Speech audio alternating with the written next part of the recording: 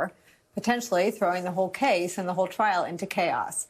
That is where we start today with some of our most favorite reporters and friends. New York Times Washington correspondent Mike Schmidt is back with us. Also joining us, former Assistant Director for Counterintelligence at the FBI, Frank Figliuzzi, is also back. And former Assistant U.S. Attorney Glenn Kirschner is here. They're all MSNBC contributors. Glenn Kirschner, I want you to take me through substance and tone of what the government argues, because it feels like they've laid a bit of a trap for Judge Aileen Cannon. If she goes against the government, they have already described those sort of judgments as frivolous and nowhere in the law.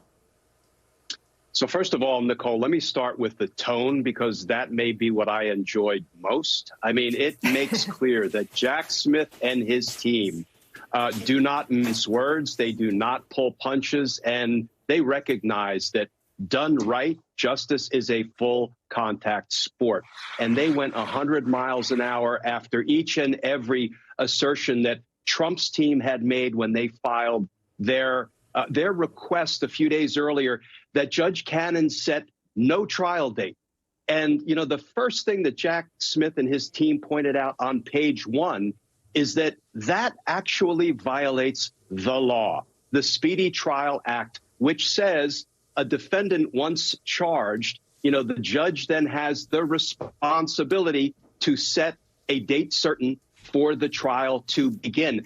And somehow that escaped Team Trump when they filed their, you know, PR piece with Judge Cannon, mentioning over and over again, you know, I don't know if you realize this, Judge, but you know, Donald Trump is running for president, and that takes up a whole lot of time and energy, and he doesn't think he's going to be able to fit in a federal criminal trial. I mean, I would urge everybody to read both of these two pleadings. They're 10 pages each. They're double spaced.